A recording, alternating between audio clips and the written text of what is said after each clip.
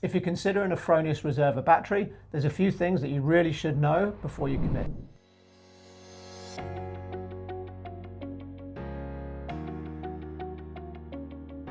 G'day everyone, Dan and Matt here from GI Energy.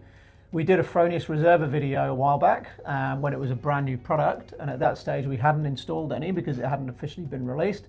Since then it's been released for a while, we've installed a bunch of them, and we wanted to give you some feedback on our thoughts. As a general overview, then I'll pass over to you, Matt.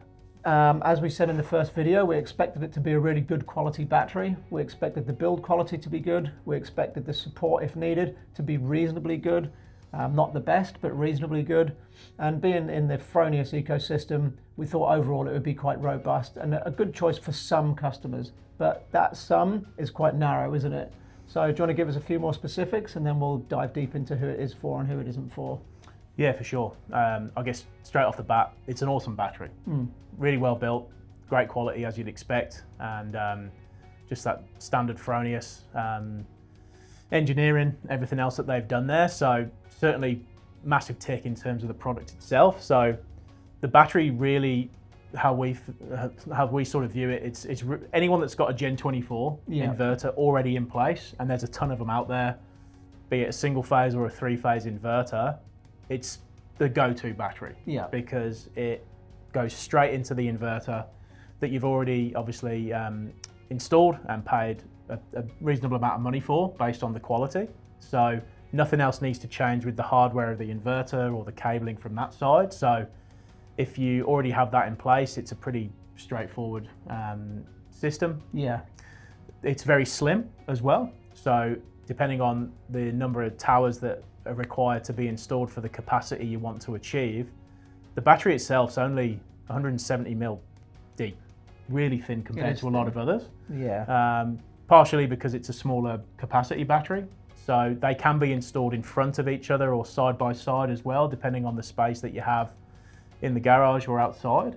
So if you're looking at one of their 1 or 2 towers, it's a really thin battery, which suits a lot of homes. The backup's good, always reliable, as you'd expect as well. And if you've got a Fronius inverter or the Watt Pilot as well, it sort of closes out that ecosystem. So firstly, excellent product. I guess to balance that out, if you're doing a new installation and you're replacing an old inverter or it's a new inverter, price-wise compared to some of the other great products out there, it's going to be a little bit more for an equivalent battery capacity, because of that sizing of the modules. So in a single phase system, you can install 9.45 kilowatt hours or 3 modules in 1 tower. On a 3-phase, that's 15.75, so 5 modules.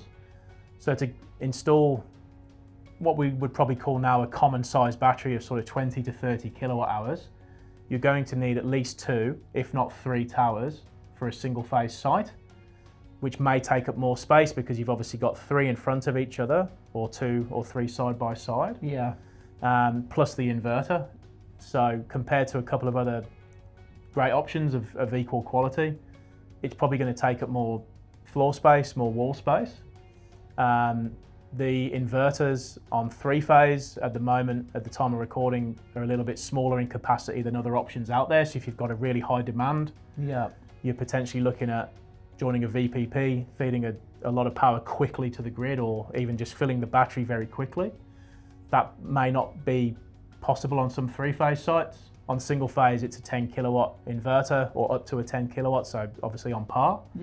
And the backup, compared to a couple of others, is also a little bit more limited. It's very reliable, but the backup isn't instant, and it often may be for more essential loads than whole home, depending again on what the requirements are. So there's other great options out there that could potentially achieve that if that's what you need.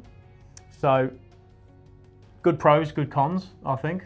If that's a fair thing, I don't know if good cons is a thing to say, but you've given a pretty balanced view there. My sort of summary of that is, if you've got the Gen24, then it will suit most people.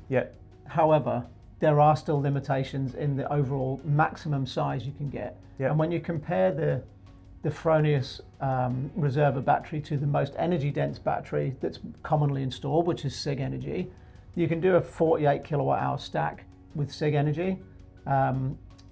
And the Fronius Reserva is just so much less than that. and yes, it is thin. Yeah. But if you need multiple towers, that doesn't really help you. Yeah. So for me, I just don't recommend it to anybody who doesn't have a Fronius inverter installed. Not just because of the energy density, but there's, outside of it being a really robust product and being well suited to the Fronius inverter, if you're not that customer that has relatively good space availability, already has the inverter there, and is comfortable with the limitations in terms of the max kilowatt hours you can get, even with multiple towers, that's fine. Anything outside of that, for me, it would go to a different recommendation. I just think it's outside of the Fronius ecosystem, there's not a huge amount of what we've seen that would make me recommend it above other premium brands. Is that fair to say? I'd agree with you. I love Fronius, like, just for the record. Yeah. Like, amazing product, been around what seems like forever. Yeah. I've always thought of that brand as the sort of pinnacle of the inverters for more than a decade. Which they have been. Which they have been, absolutely. Yeah. If you're doing solar only, massive consideration to have there. Yeah. As you said, I think at the time of recording this, the battery capacity and the density compared to Sungrow's Sig Energy, maybe more so on 3-phase as well, because of that inverter size. A lot of the clients that we speak to are looking for a 15, 20, 25 plus kilowatt inverter. Yeah. Because they want to get that power in and out of the battery really quickly. And that obviously is the bottleneck of the inverter size. So that side, and then obviously on the single phase, because it's 9.45 kilowatt hours in the single tower, unless you're a pretty modest user, it's generally not enough. No. And we've seen the average battery capacity move from that sort of 9 to 15 kilowatt hour space to double realistically, because of the way things have changed over time. Now we're looking to really match that to the customer's needs, whereas before the subsidy, that wasn't really a possibility for a lot of the time. Yeah. So no, I don't think that's an unfair assessment. As you said, the quality is brilliant. Yeah. You've got a Fronius. This is the last piece of the jigsaw you were waiting for. But if it's a newer installation, it's just that balance of having that conversation around what the goal is, I think. I guess this just comes full circle to what we end up talking about in every one of our videos, which is just getting that consultation right. Yeah. Because the danger of what can happen here is somebody comes to consult you, you tell them you want the Fronius Reserva without obviously industry knowledge and understanding all of the stuff that we're talking about in this video. It can be very easy for a consultant to say, yeah, no problem, it'll do everything you want. But then when it comes to actually an installer coming to install it, it might not be that easy. So the danger is not getting the consultancy period of that overall process correct. So what you need to make sure is that whoever you're speaking to is doing that right and asking you before saying, yeah, Fronius Reserva is great.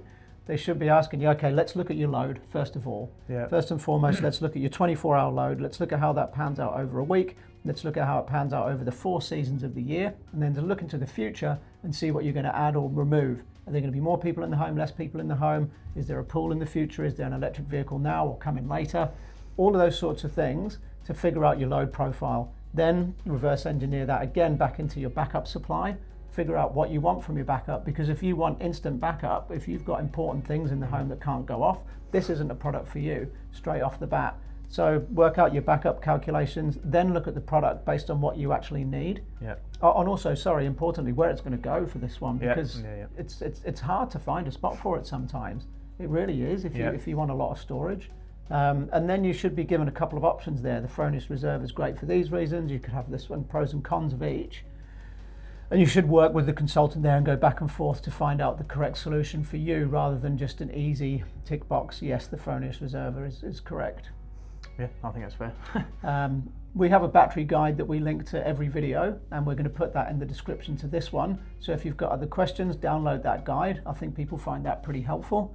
And if you've got direct questions that you want answering, you can either hit us up in the comments and we'll reply as quickly as we can, or just get in touch with us directly through our website and we'll be more than happy to help.